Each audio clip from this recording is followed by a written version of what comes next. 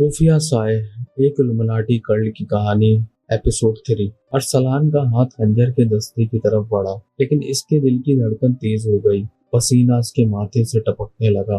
खंजर को छूते ही इसने एक अजीब सा झटका महसूस किया, जैसे इसके जिस्म से तवानाई चूस ली गई हो। इस लम्हे औरत ने नकाब हटा दिया। इसका चेहरा गैर इंसानी हद तक हसीन था, मगर इसकी आंखें बिल्कुल स्याह थीं, जैसे इसमें कोई रोशनी ना हो। वो आहिस्ता से बोली, ये कल्ट सदियों पुराना है। हम वो हैं जो हर बादशाह के तख्त के पीछे खड़े थे, लेकिन हमारी ताकत का राज खून के बंधन में है। तुम्हें अपनी कुर्बानी देनी होगी, या किसी की।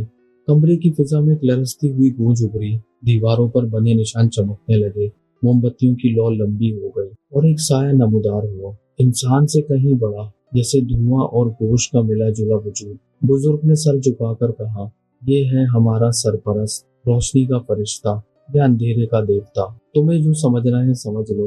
हर उस शख्स को कबूल नहीं करता जो उसके दायरे में कदम रखे। साया अरसलान की तरफ बढ़ा। एक गहरी, धीमी मगर गूंजती हुई आवाज इसके कानों में उभरी, सच्चाई देखना चाहते हो तो आंख बंद करो।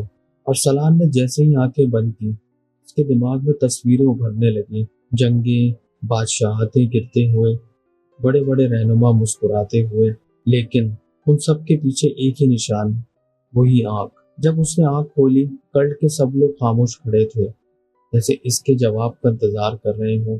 बुजुर्ग फिर बोला, अब तुम जान चुके हो कि दुनिया के फैसले कहाँ होते हैं। क्या तुम हमसे कसम खाते हो या यहीं दफन होना चाहते हो?